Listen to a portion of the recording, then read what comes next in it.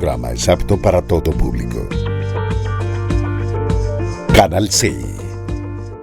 Sus deberes, sus derechos, sus obligaciones y las normas. Tablero Jurídico, la exposición más completa en el marco jurídico. En Tablero Jurídico, temas de actualidad y la noticia jurídica del día. Tablero Jurídico, con la dirección del doctor Luis Ernelio Palacios. Tablero Jurídico. ¿Cansado de pelear con sus arrendatarios? ¿Desocuparon y no pagaron los servicios públicos? ¿Deterioraron el inmueble? Llámenos. Alincol le tiene la solución. Le adelantamos hasta 3 meses de arrendamiento sobre vivienda dada en administración. Asistencia Legal Integral de Colombia. Le administramos sus inmuebles, ventas, avalúos, préstamos hipotecarios. Alincol. Carrera Tercera 1240, Centro Financiero La Ermita. Teléfonos 884-3499 y 884-3990. Los invitamos para que sintonicen en el Canal C el programa Tablero Jurídico de lunes a viernes de 3 a 4 de la tarde en directo, para que usted conozca cuáles son los derechos en materia laboral y de la seguridad social, el derecho a la familia, el derecho constitucional, el derecho laboral, entre otros, porque usted debe conocer cuáles son esas normas jurídicas que le regulan cada uno de sus actos. Amables televidentes, tengan ustedes muy buenas tardes. A partir de este momento y hasta las 4 estaremos acompañándoles en este su programa Tablero Jurídico, un espacio pedagógico que le orienta en torno a lo que son sus derechos en materia laboral y de la seguridad social, del derecho civil, el comercial, el de familia, el constitucional, el derecho a la salud, entre otros, porque usted merece estar informado en torno a las normas que regulan sus derechos en esta materia. Bienvenidos todas y todas, 331-2265, 331-2265, y como dijo el dermatólogo, nos vamos al grano, directo al grano, para escuchar al señor Carlos Andrés Salazar, quien está allí paciente en la línea, para contarnos cuál es su caso y escuchar respuesta por aquí en vivo y en directo. Buenas tardes, doctor Carlos Andrés. Buenas tardes, doctor Luis Palacios. Primero que todo, pues felicitarme por este maravilloso programa, ya que nos ayuda mucho a los que tenemos poca información de los derechos que nos corresponden. Muchas gracias, ¿yo? Sí, señor. El caso mío es, yo soy una persona que tengo 41 años, pero en este momento estoy sufriendo unas enfermedades que son muchas, o sea, son muchas a la vez.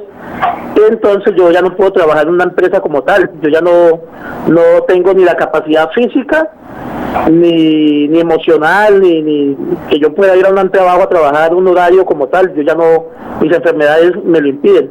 Sí, entonces yo quería saber acerca de mi pensión. Pues yo la verdad tengo 450 semanas cotizadas, ¿sí? Y entonces yo quería saber si tengo derecho o no tengo derecho a hacer una gestión para adquirir una pensión o media pensión o un bono pensional, algo que me pueda favorecer, ya que yo ya no puedo trabajar en una empresa como tal. ¿Cuál es su fondo de pensiones, Carlos Andrés? Colpensiones. Está en Colpensiones. ¿Y usted hasta cuándo trabajó? Yo trabajé hasta el año pasado, pero duré 5 meses trabajando como mensajero, pero me tocó retirarme porque no aguantaba el sol, me dormía en la moto porque yo sufro de apnea del sueño, sufro de diabetes, hipertensión, obesidad mórbida, o sea, una serie de enfermedades, que colesterol alto. Es decir, que usted cotizó hasta hace 6 meses. Sí, señor. Hasta hace 6 meses estuvo cotizando más o menos. Sí, y en este momento estoy como cesante ante la Caja de Compensación Familiar Confandi. Ellos en este momento me están pagando la pensión. ¿Le están haciendo aportes a la pensión? Sí, señor, por 6 meses. 6 meses, sí, señor. La ley 1636 del 2013, protección al cesante. Señor. Ajá. Correcto. Entonces, ¿usted ya lo calificaron con pérdida de capacidad laboral? No. Eso es lo que yo me quería informar. ¿Y a dónde acudo o quién me da esa calificación? En este momento, ¿usted está en tratamiento médico? Sí, señor. ¿Está incapacitado? No, nunca he pedido una incapacidad porque yo en este momento como estoy cesante, entonces los médicos, ni yo le he pedido ni los médicos me han dicho, vaya, no, incapacitado, no. En este momento estoy cesante, entonces no. ¿Y a usted quién lo asesoró para que renunciara? ¿Por qué renunció al trabajo si estaba delicado de salud? No, pues los síntomas, la enfermedad, entonces yo no me sentía capacitado de ir a trabajar. Los médicos ahorita también, si la dan a usted le dan 2 días. Usted está maluco, tome un día, tome 2 días. Entonces yo decidí tomé la decisión de no trabajo más porque primero mi salud estaba perdiendo, no podía ir a citas médicas, controles, exámenes, y todo se me estaba acumulando. Entonces yo dije, no, doy un paso atrás y me pongo el día con mi salud. Perfecto. Porque me mandan el electrocardiograma, me mandan exámenes de rutina, me mandan citas nutricionistas, citas psicólogo, una cantidad de cosas que yo dentro de la empresa no lo podía hacer. Correcto. Vamos entonces a resolverle a usted, don Carlos Andrés Salazar, en torno a su caso. Tome atenta nota de lo que le vamos a indicar para que así mismo proceda y pueda reclamar sus derechos. Puede colgar la línea y habilitarla para que otras personas puedan comunicarse con nosotros y manifestarnos cuál es su caso. Pues bien, retroalimentamos la pregunta que nos hace el amigo Carlos Andrés Salazar.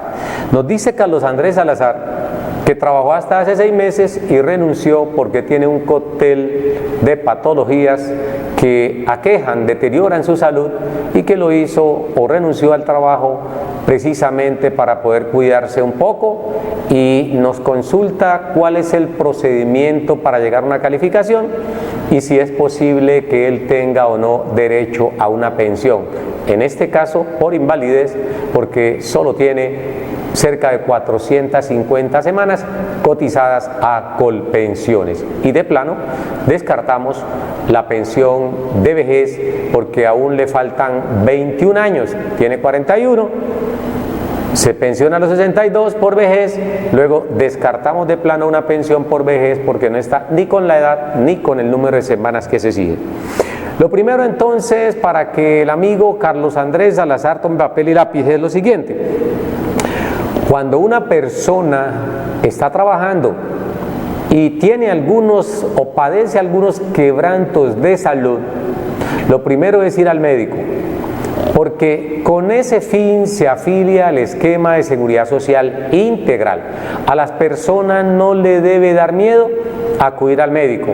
Entonces, si van al médico, es con el propósito de ser diagnosticado, mirar qué tipo de enfermedad tienen, y es el médico quien va a indicar el paso a paso o procedimiento a seguir en aras de poder conjurar el problema de salud. Por eso no vemos con buenos ojos que el amigo Carlos Andrés Salazar renuncie al trabajo porque está con quebrantos de salud, porque todo aquel que está padeciendo una determinada enfermedad pues tiene derecho a que se le garantice una estabilidad laboral reforzada para que no tenga que proceder a renunciar. Vamos a hacer un paréntesis porque tenemos otro televidente en línea y retomamos más luego con el amigo Carlos Andrés Salazar. Vamos a mirar y acumulamos aquí nuevo televidente. Buenas tardes. Luis Palacios. ¿Cómo me le ha ido, mi señor? Bien, gracias, doctor. Habla con Marcial Luna, el señor que lo llamó el otro día. Don Marcial Luna, ¿nos llama de dónde, don Marcial? De aquí de Cali. De Cali, sí señor. Nos llamó el otro día para comentarnos qué. Cuéntenos, don Marcial. No, pues es difícil, pero bueno, ya se logró, doctor, gracias a Dios, y agradeciéndole por todo lo que usted hace, ¿no? Sí, señor. Doctor, es que tú puse la tutela, salió a favor mío. Sí, señor. Esa sentencia la dio el juez 31 de aquí de Palacio de Justicia. Sí, señor. El derecho al reintegro laboral, ¿cierto? Sí. Yo llegué el reintegro, el patrón me pagó la carta de reintegro el 3 de marzo. Comencé a laborar el 3 de marzo. Sí. O sea que el 3 de marzo yo comienzo a laborar y esta es la fecha que el señor a mí, lo que indica la jueza, que es el pago de mis salarios a partir del 20 de diciembre hasta la fecha que fue el 3 de marzo, el señor no me los ha pagado. Hoy le pregunté, por favor, necesito si usted me va a pagar. Y entonces me dice, no, yo impugné esa sentencia. Me fui para el juzgado, hoy estuve en el juzgado y allá el secretario de la juez me dijo, sí, ellos vinieron ayer y hicieron una impugnación. Pero mi pregunta es, ¿cómo va a ser una impugnación, doctor, si ya han vencido los términos? ¿Cuánto hace que salió el fallo de tutela? El fallo de la tutela yo la recibí el 26 de febrero, 3 de la tarde. Correcto. ¿Y la impugnación cuándo la presentaron? Ayer. Ayer, perfecto. Y la pregunta es, ¿qué pasa si ellos impugnaron? Perdón, entonces ellos impugnan eso. Entonces mi pregunta es, ¿tengo derecho a mis salarios hasta la fecha o qué debo hacer o debo poner un desacato? ¿Qué hago ahí, doctor? Bueno, perfecto. Perfecto, mi señor. Vamos entonces por parte, ya le vamos a responder al amigo Marcial Luna. Recuerde que no todos los casos los tenemos aquí presentes, pero usted brevemente ha dicho que lo despidieron desde el día 20 de diciembre, me dice. Sí, señor. 20 de diciembre fue despedido y usted estaba incapacitado o estaba delicado de salud cuando lo despiden. Estoy delicado de salud porque, como le comenté el otro día, laboral tengo 63.53 calificado, 18.20 de mi mano derecha por el túnel del Carpio, 12.70 de mi mano izquierda túnel del Carpio y 32.63 de la rodilla derecha. En total tiene un 63.03. Sí, y lo otro es que tengo los dos manguitos rotadores derecho e izquierdo malos y epocondilitis en los dos codos, calificados como enfermedad común. Perfecto, usted ya recordamos, entonces usted tiene varias patologías allí de origen laboral y origen común, y entre todas suman un 63%. Sí. ¿Y no le han pensionado todavía? Nada, estoy en esa lucha, doctor, y entonces estoy en la lucha con Fenalco para que me mande a la regional, para que me califiquen integral todo. Bueno, perfecto. Entonces vamos a resolverle a Carlos Andrés Salazar, que estuvo antes que usted ahí en la comunicación, y luego retomamos con usted el amigo Marcial. Muchísimas gracias, doctor, que Dios lo bendiga, muy formal, caballero. A usted, don Marcial, recuerde que estamos en Tablero Jurídico, el programa pedagógico que le orienta en torno a sus derechos. Vamos a evacuar estas dos preguntas, la de Carlos Andrés Salazar y de Marcial Luna, y retomamos con la siguiente comunicación. Entonces le decíamos al amigo Carlos Andrés Salazar que cuando uno está delicado de salud uno no debe renunciar porque tiene un fuero denominado de estabilidad laboral reforzada.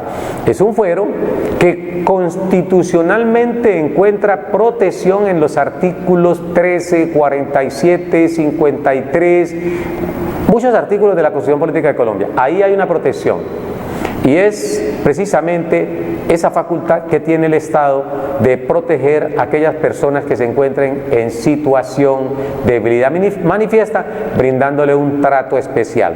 Cuando culminemos estas dos preguntitas, vamos con el siguiente televidente que está ahí esperándonos en línea. Entonces, esa protección que tiene Carlos Andrés no puede desperdiciarla presentando renuncia al trabajo, sobre todo porque él aún ni siquiera ha sido calificado.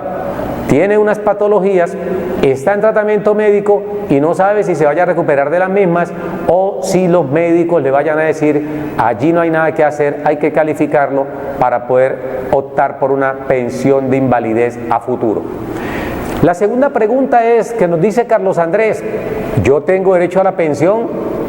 ¿Puedo pensionarme? Pues hombre, el procedimiento para pensionarse, Carlos Andrés, es el siguiente. Usted acude a su médico general le va a brindar toda la atención, los exámenes, los medicamentos y demás procedimientos que establece el plan obligatorio de salud. Si ese médico no es competente, entonces hace una remisión al especialista. Y como sabemos que esto no se hace de un día para otro, entonces durante ese tiempo usted tiene la protección de estabilidad laboral reforzada, que lo hablamos hace algunos segundos. Dicho esta parte, entonces, usted queda en manos de un médico especialista, quien aborda su caso conociendo su historia clínica y recomendando los procedimientos, los exámenes especializados que usted requiera para establecer si hay lugar o no a esa recuperación. Estos médicos están en el deber de emitir al día 120, ojo, artículo 41, ley 100, al día 120 deben emitir un concepto, emitirlo solamente, y al día 150 lo remiten para su fondo de pensiones. Esto es, teniendo en cuenta que de acuerdo a la normatividad vigente, el decreto 2943 de 2013 establece que los 2 primeros días de incapacidad los paga el empleador. Del día tercero al 180 de incapacidad, origen común, lo paga la EPS. Entonces, por eso se le dice en el artículo 41 de la ley 100 que al día 120 debe emitir un concepto y el día 150 remitirlo. Una cosa es emitirlo, pronunciarlo, y lo envía al día 150 al fondo de pensiones al cual usted pertenece, para que ese fondo esté en preaviso de que asume a partir del día 181 el reconocimiento y pago de las incapacidades. Hecho esta parte, entonces, ya la EPS se deshace de esa responsabilidad y se la traslada al fondo de pensiones para que a partir del día 181 hasta el 540 asuma el pago de la misma. Cuando van 540 días, hasta ahí llega el papel del fondo. Después del día 541 en adelante, retoma usted a su EPS, quien debe seguir pagando las incapacidades. Así quedó establecido en la ley 1763 del año 2015, artículo 67. Ley 1763, artículo 67. Dice que después del día 541 lo debe pagar la EPS. Todo este tiempo es lo que se requiere de protección, y aclarando que para que usted reciba incapacidades y para que usted no sea sometido a un examen de valoración de pérdida de capacidad laboral, es muy importante, ojo, señor Carlos Andrés, que el médico emita concepto favorable de rehabilitación. Hasta allí usted todavía no habla de pensión de invalidez. ¿Cuándo se comienza a hablar de pensión de invalidez? Cuando ya se agotan todos los recursos, todos los procedimientos o medicamentos habidos y por haber por parte de los médicos. Entonces, cuando los médicos ya agotan todo ese esfuerzo, emiten un concepto no favorable de rehabilitación. Concepto no favorable de rehabilitación. Con ese concepto lo que están diciendo es que usted ya puede ir para que sea valorado y determinar su estado de pérdida de capacidad laboral. Eso es lo que establece la norma, y allí ya se va estructurando una potencial pensión de invalidez. Eso no es todo. Recuerde que para obtener la pensión de invalidez es necesario cumplir con los requisitos de ley. 1. Artículo 38. Declaratoria de inválido. Artículo 38. Todo aquel que ha perdido capacidad laboral en un 50 o más por ciento es una persona declarada inválida. Así, repito, lo indica la ley. Pero no todo el que es inválido tiene derecho a la pensión, porque además de esa declaratoria de invalidez con un 50 o más por ciento de pérdida de capacidad laboral, es necesario cumplir con el artículo 39, es decir, la densidad de semanas que allí se exigen para que usted pueda acceder a una pensión de invalidez. Y no es más que 50 semanas aportadas dentro de los últimos 3 años anteriores a la fecha de estructuración. La fecha de estructuración se entiende como el momento preciso en que una persona pierde capacidad laboral. Hoy estamos a la fecha X, y si es hoy que se establece la fecha de estructuración, entonces nos vamos 3 años hacia atrás, exactamente contados a partir de hoy, y allí encontramos nosotros las 50 semanas. Si no tiene 50 semanas en esos últimos 3 años, no hay lugar a la pensión de invalidez por ley, pero es posible que con principio de favorabilidad o condición más beneficiosa pueda alcanzarse la pensión a pesar de no tener 50 semanas cotizadas dentro de los últimos 3 años anteriores a la estructuración de la pérdida de capacidad laboral. Una cosa es lo que establece la ley, artículo 39, y otra cosa es lo que establece la jurisprudencia en materia de condición más beneficiosa o principio de favorabilidad. Ya miraríamos, si no encaja en la ley, buscamos la jurisprudencia, lo importante es que una persona como usted, Carlos Andrés, o cualquier otra que esté en situación de debilidad manifiesta, pueda aplicársele la norma que resulte más favorable a su caso. Hasta allí entonces tenemos esto para Carlos Andrés y explicarle cómo se agota el procedimiento para que una persona pueda ser calificado con pérdida de capacidad laboral y a futuro poder reclamar una pensión. Usted nos decía, está disfrutando de esos 6 meses, si se puede llamar disfrute, porque hoy en día la ley 1636 del 2013, ley 1636 del 2013, alusiva a la protección que debe brindársele al cesante, al que queda desempleado, le genera un pago a seguridad social y le da otros aportes mínimos o un subsidio mínimo para que la persona subsista, pero eso solamente se da durante 6 meses, no es toda la vida. Y una persona que, como en su caso, señor Carlos Andrés Salazar, está en procedimiento o tratamiento médico, difícilmente va a conseguir trabajo, porque si no consiguen los que están en plenas condiciones de salud, pues menos van a conseguir aquellos que se encuentran inmersos en un grave problema de salud, como usted lo ha notado. Por eso no es bueno que la persona renuncie al trabajo alegando que va a hacerse unos tratamientos, porque durante el proceso de tratamiento tiene, repito, una protección de parte del Estado. Esto pues para el amigo Carlos Andrés lo vemos muy distante aún de tener derecho a una pensión de invalidez, que es la pregunta de fondo que usted nos formula aquí en Tablero Jurídico. Hay que esperar la calificación y cuando se le cumplan esos 6 meses de pago por parte de su caja de compensación familiar, que es la que tiene que ver con la protección al cesante o protección al que está desempleado, en ese evento, no se olvide, hay que mantener el promedio de las 50 semanas dentro de los últimos 3 años anteriores. De momento las tiene, esperemos qué pasa a futuro cuando lo califiquen y establezcan si cumple o no con las semanas. Rápidamente con el amigo Marcial Luna.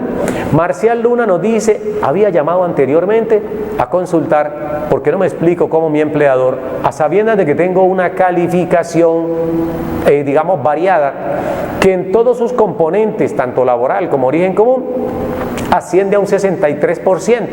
¿Y cómo es posible que el empleador prescinda de mis servicios desconociendo un fuero que tengo allí establecido en la ley y en la jurisprudencia? No obstante, nos llamó, nos consultó, invocó su acción de tutela, pues el juez le ha dicho al empleador, reincorpórenlo por sentencia, reincorpórenlo y páguenle los salarios dejados de percibir desde el momento en que lo despidieron hasta el reintegro. Eso se llama, debe continuar su contrato sin solución de continuidad, mantenerle esa estabilidad durante ese tiempo.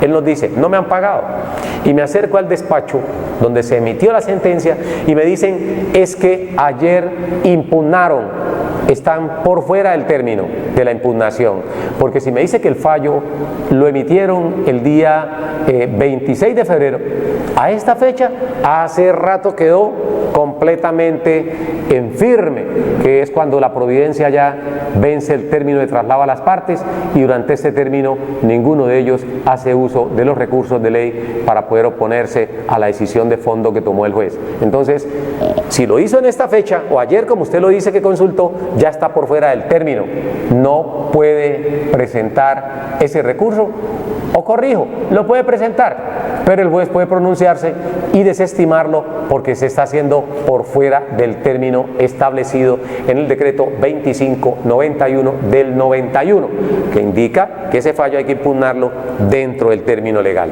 Entonces, para el amigo Marcial Luna, nos consulta ¿qué hay que hacer? ¿El empleador debe pagarme o hay que esperar? Yo le digo, hay que esperar. Porque como hay una impugnación, el juez que emitió el fallo en primera instancia, ese fallo de tutela, pues debe decidir si ese recurso es admitido o si por el contrario se desiste o se declara desierto ante la extemporaneidad con que fue radicado ante el despacho.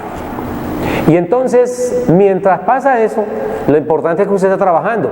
Su empleador debe reactivarlo en el empleo, formalizándolo, esto es, vinculándolo a todo el esquema de protección en materia de seguridad social y reconocerle el pago.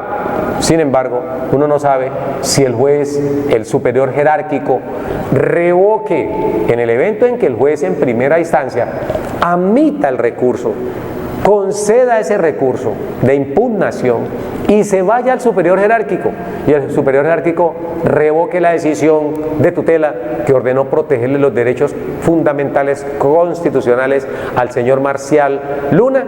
Entonces se viene todo abajo y ya tocará entonces que usted acuda a la jurisdicción laboral ordinaria. La jurisdicción ordinaria laboral es la competente para conocer de ese tipo de casos especiales donde esté inmerso un derecho laboral y por supuesto tiene una conexidad con otros derechos fundamentales como el mínimo vital móvil, la salud, el derecho al trabajo, entre otros. Y así debe ser resuelto de esta manera. Por eso, para el amigo Marcial, esperamos pues que tenga éxitos en ese pronunciamiento en segunda instancia y que le puedan seguir garantizando sus derechos fundamentales al mínimo vital móvil, a la salud, al trabajo en condiciones dignas, entre otros. Gracias, Marcial. Gracias, Carlos Andrés Salazar. Miremos si tenemos televidente en línea para continuar respondiendo como suele hacerse aquí en Tablero Jurídico. El amigo Edinson, si hay llamadas por allí, para que por favor nos notifique y podamos continuar en el espacio. Buenas tardes. Doctor, muy buenas tardes. ¿Cómo me le ha ido, mi señor? Bien, gracias, doctor. ¿Cómo le va? Bien, mi amiguito. Usted me hace un favor, le baja un poco al televisor para que solamente dialogue conmigo a través del teléfono. Cuando cuelgue la llamada, le sube el volumen al televisor. ¿Cuál es su nombre, mi señor? Ya. Mi nombre es William Rojas, doctor. Don William Rojas, ¿y nos está llamando de dónde? De la ciudad de Cali. ¿Y su inquietud cuál es, don William? Doctor, pasa lo siguiente, es que yo en días pasados, exactamente, el día 20 de febrero a las 15:22 de la mañana tuve un accidente. Sí, señor. En el cual me enyesaron el pie derecho y la mano izquierda. Inicialmente me incapacitaron 30 días. Sí, señor. Se estaba pagando como independiente la EPS porque yo manejo un taxi. Sí, la señor. EPS, la ARL y la pensión. Sí, señor. Resulta que en enero del 2019, yo como con la pareja que yo vivía, yo figuraba como beneficiario. Se hizo por notaría en un documento que se hicieron en Confandi para que yo dejara de ser beneficiario, porque sí, ella ya tiene otra familia. Sí. Tengo copia de ese documento, tengo todo, tengo el día que radicaron allá en Confandi y todo. Resulta y pasa que cuando fuimos a reclamarle los 30 días la incapacidad con Juan, dijeron que yo no tenía derecho, que porque yo aparezco como beneficiario. Doctor, ¿qué debo de hacer? Mire que en Colpensiones aparece, o sea, sacamos el historial de Colpensiones y aparece que yo estoy como cotizante, aportando para Colpensiones y todo normal. Y en positiva para lo de la ALL. Y en Confandi me reciben la plata normalmente, mensualmente, pero pues no le dicen a uno que y ahí dice como cotizante, porque uno, el que paga es el cotizante. Y ahorita ya no me quieren pagar la incapacidad. Usted venía pagando aportes al sistema de seguridad social como independiente, ¿desde qué fecha? Ahora último, desde octubre. Desde octubre del año inmediatamente desde julio, anterior. desde julio. Desde julio. Junio del año anteriormente anterior, sí. Julio del año anterior, perfecto. ¿Y su accidente fue cuándo, me recuerda? Y el accidente fue ahorita el día 20 de febrero del 2020. De febrero, perfecto. Cuando usted se fue a afiliar como independiente, ¿no le pusieron problema? No, me afiliaron. ¿Y le recibieron la plata? ¿Estuvo pagándole a Confandi? Sí, o sea, yo de una vez voy a liquidar a Primes que liquida, sí. a Simple, y seguimos pagando las planillas normales y normalmente recibían la plata. pero nunca dijeron que yo seguía apareciendo como beneficiario. Correcto. Ahorita que voy a ejecutar el pago de mi incapacidad, no me la quisieron pagar, que porque yo dije que figuro como beneficiario. Pregunta don William Rojas. Otra preguntita adicional que le hacemos a usted, amigo, es ¿desde qué fecha viene usted o venía como beneficiario de su expareja? ¿Cuánto tiempo hace que era beneficiario de su expareja? Más o menos, creo que la última vez, por ahí 8 o 10 meses. Lo que pasa es que cuando ella trabajaba, ella me metía como beneficiario, y cuando yo trabajaba, yo la metía a ella como beneficiario. Pero bueno, si usted me dice que ya no está, ¿usted está todavía con ella, no? No, ya no. Perfecto, pero me dice que ustedes hicieron un documento en notaría. Un documento notarial que nos hicieron en Confandi para poder que me sacaran a mí como beneficiario. Y yo no aparezco como beneficiario en los documentos de ella, yo no aparezco como beneficiario. ¿Y cuándo hicieron ese documento? El 19 de enero, del 2019. Antes del accidente. Sí, claro. No, hace un año y... Ah, bueno, mire que hay que hacer precisión en los términos. Eso hace un año cuando ustedes hicieron una declaración extrajuicio donde consta que ya no es beneficiario de ella. ¿Aló? ¿Don William? ¿Don William, me escucha? Sí, doctor, le escucho perfectamente. Bueno, sí, entonces vamos a responderle al amigo William. Puede colgar la línea telefónica y permitir que otras personas puedan también comunicarse con nosotros, porque vamos a responderle rápidamente este caso que sorprende mucho lo irónico que es la vida. Porque para las entidades del sistema de seguridad social, y en este caso las EPS, si una persona está trabajando y va a hacer aportes al sistema, ojo cómo funciona el sistema y cómo es de irónica la vida. Si usted está trabajando, lo obligan a que tiene que hacerle aporte al sistema, lo obligan. Le dicen, usted no puede ser beneficiario de su pareja porque usted está trabajando. Luego debe formar o estructurar su propio esquema de protección. Hasta ahí todo está bien. Y debe hacerlo porque la ley así lo exige.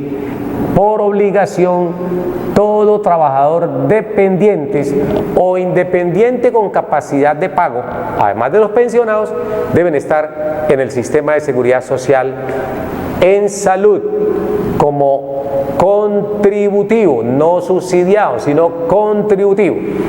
Ahora bien, es claro que si usted fue a pagar como independiente y le admitieron el pago, es porque están aceptando que usted es afiliado a esa entidad. Luego, cuando se produce la contingencia en febrero 20 del año en curso, debían habérsela reconocido sin entrar en reparos. No tiene absolutamente nada que ver. Si a pesar de usted haberse vinculado como trabajador independiente y estar cotizando sus aportes al sistema, figure aún como beneficiario de la señora. Esto no tiene nada que ver, sobre todo porque usted me dice que hace un año largo con su expareja hicieron un documento en el cual se describe que ya ustedes no conviven, que ya usted no es beneficiario de ella.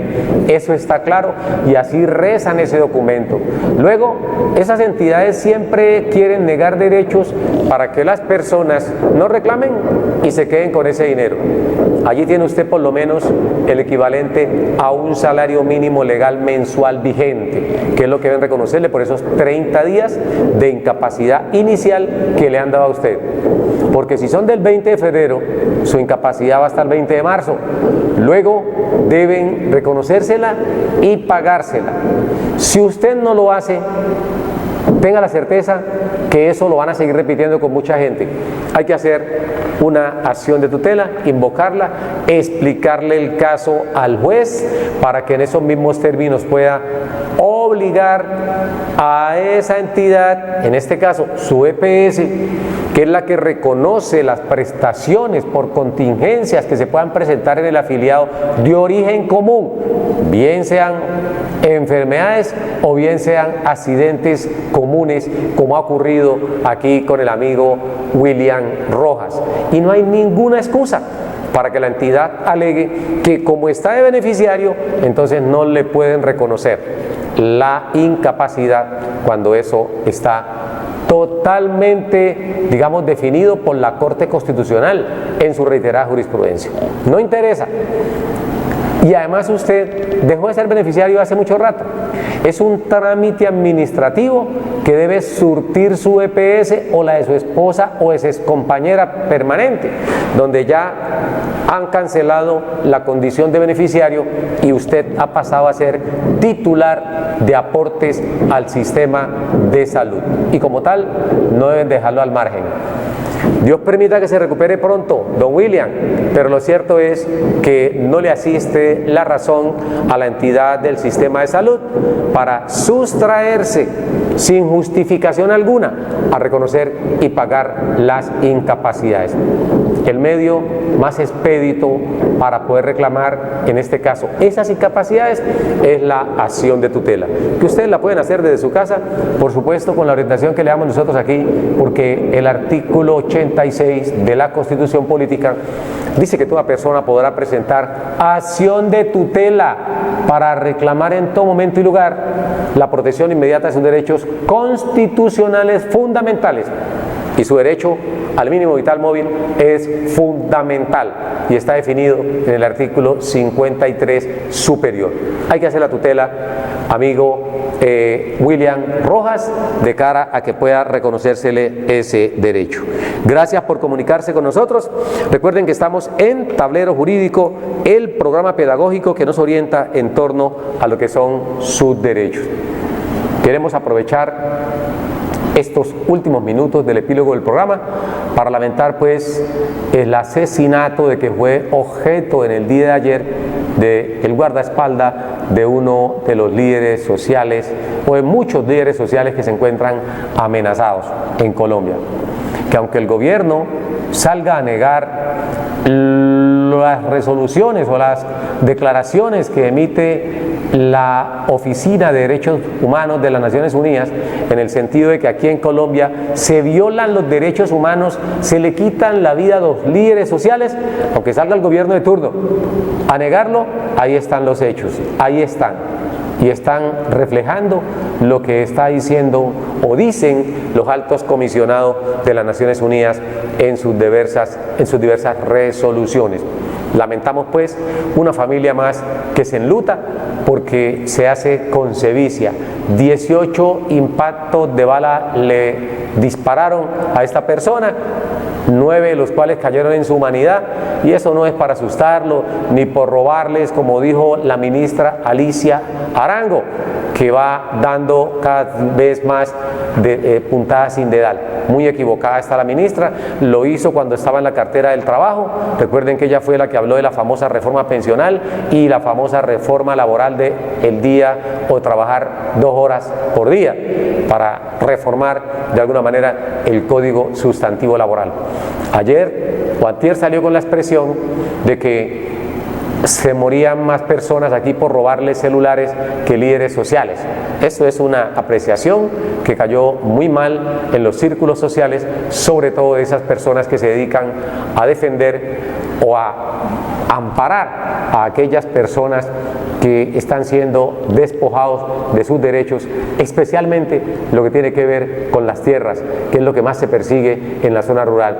Despojar con violencia a nuestros campesinos para que unos pocos se queden con toda esa tierra. A punta de fuego lo sacan para hacer o cometer actividades ilícitas en esos terrenos, como sucede en la mayor parte de los casos, donde hay personajes aquí que son dueños de muchísimas, de miles y miles de hectáreas de tierra, que le quitan al campesino, lo sacan a punta de plomo de la zona rural, se quedan con esas posesiones y son tierras que tienen allí improductiva, parecido a lo que ocurría en el siglo XVIII, cuando por allá en el gobierno de Tomás Cipriano de Mosquera, siglo XIX, se optó por quitarle las tierras improductivas que tenía la iglesia porque en ese entonces, recordemos nosotros, la iglesia recibía muchas tierras de creyentes que se las entregaban porque consideraban que donando sus tierras a la iglesia católica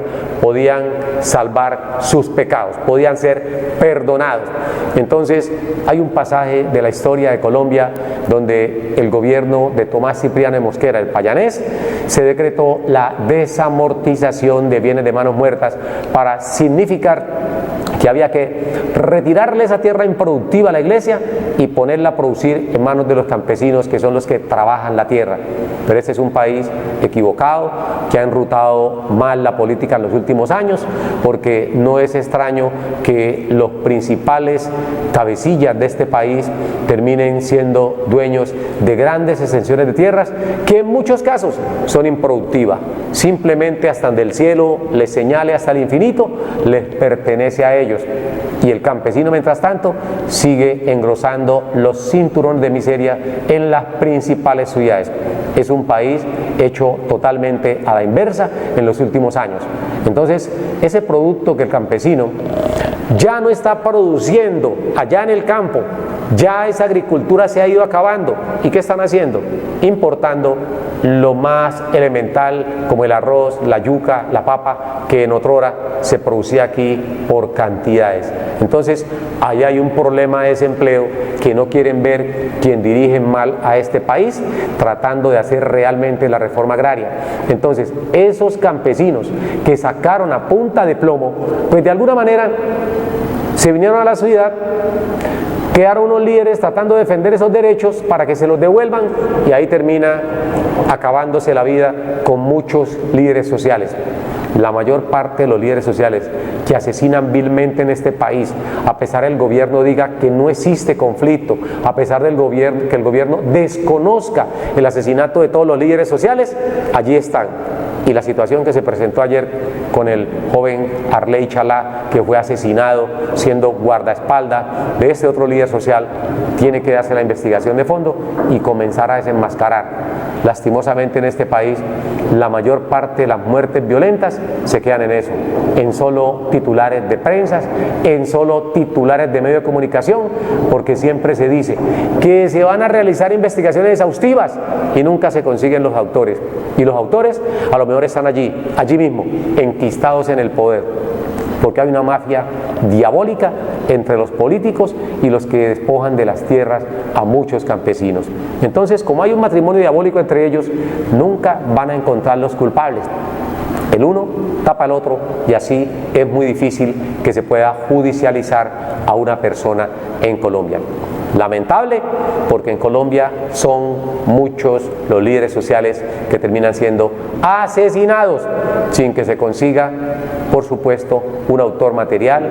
A veces se consigue el autor material, pero el más importante de todo, el que propicia esa condición, que es el autor intelectual de las muertes, nunca aparece. Y después quieren que la gente siga repitiendo que aquí hay un proceso de paz. La paz no es, lo hemos dicho, el desarme de uno u otro grupo delincuencial. La paz comienzan a propiciarla los mismos dirigentes políticos cuando ellos dejen de robarse los recursos que le pertenecen a todos los colombianos, cuando ellos dejen de creer que este es un país que han puesto allí para que ellos lo asalten, lo esquilmen hasta el final, se apoderen hasta lo último que tienen los colombianos. La paz solamente se logra cuando a cada colombiano le garanticen lo más elemental, que es la vida, que es su integridad física, que es la salud, que es la educación, la alimentación. Eso es lo más elemental, un trabajo en condiciones dignas. De esa forma, estos gobiernos podrán decir que aquí podemos vivir en una paz. De lo contrario, dejémonos de discurso, porque eso se repite, es una cuestión cíclica. Parece ser que cuando uno se sienta a un medio de comunicación, a ver un noticiero, a leer una prensa, a escuchar la radio, parece que fuese una cuestión congelada en el tiempo, porque todos los días las noticias siguen siendo las mismas, se repiten y se repiten y se repiten, y nunca, como dijimos ahorita, se consiguen los verdaderos autores de ese tipo de asesinatos. Ojalá esa familia que se enluta con la muerte del joven Arley Chalá pueda ser recompensada, por lo menos que se le reconozca una pensión de sobreviviente a sus familiares, porque esa persona que ha fallecido, que ha sido asesinada ayer, no es víctima de esos sicarios, es víctima de la desprotección del Estado, porque si el Estado fuese efectivo, si el Estado realmente cumpliera con el mandato constitucional de garantizar por lo menos la vida de muchos colombianos, estas cosas no estarían sucediendo, pero suceden y se van a seguir repitiendo allí, en las narices de los más altos funcionarios. Esperemos que tengan dignidad y puedan renunciar. Eso debe hacer la señora Alicia Arango, pero siguen allí enquistados, encopetados en el poder, pensando que lo que ellos dicen es lo que hay que hacer y es lo que tiene que valorarse. Por supuesto, desconociendo el clamor de todo un pueblo, de toda una sociedad, que exige que allí estén personas no solamente idóneas, sino de la más alta transparencia, para que no terminen en procesos oscuros como el que ha ocurrido en estos días.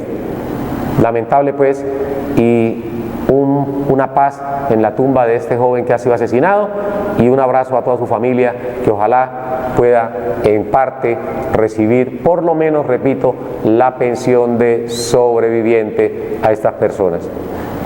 Muchas gracias a todos por escucharnos en el día de hoy. Los invitamos para el día de mañana, cuando estaremos en punto de las 3 de la tarde con más Tablero Jurídico. Un abrazo fuerte al amigo William Rojas, a Marcial Luna, a Carlos Andrés Salazar, quienes se han comunicado con nosotros hoy para comentarnos cuáles son sus casos. Muchas gracias. Feliz tarde. Fuerte abrazo. Dios los bendiga. Sus deberes, sus derechos, sus obligaciones y las normas. Tablero Jurídico, la exposición más completa en el marco jurídico. En Tablero Jurídico, temas de actualidad y la noticia jurídica del día. Tablero Jurídico, con la dirección del doctor Luis Ernelio Palacios. Tablero Jurídico.